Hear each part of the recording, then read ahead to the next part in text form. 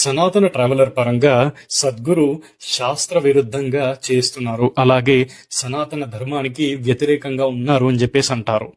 ఇప్పుడు నా చిన్న క్వశ్చన్ ఏంటి అని అంటే, కాశీలో మెయిన్ పూజారులు ఎవరైతే ఉన్నారో ఆ మెయిన్ పూజారులు ఈషా ఫౌండేషన్ కి విజిట్ చేశారు యోగేశ్వర లింగానికి పూజ చేయడానికి.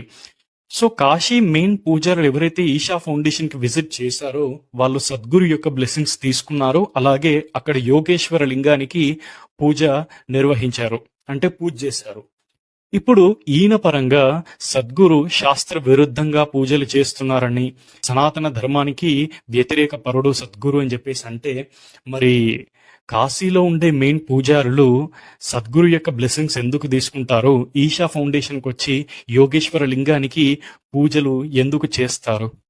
ఇప్పుడు సనాతన ట్రావెలర్ గారికి శివపార్వతుల గురించి కాశీలో ఉండే మెయిన్ పూజారుల కంటే ఎక్కువ తెలుసా? అలాగే సనాతన ధర్మం గురించి? కాబట్టి ఆలోచించండి. హర హర మహాదేవ శంభో శంకర. ఓం శ్రీ అర్ధనారీశ్వరాయ నమః. జై భైరవి, జై జై భైరవి.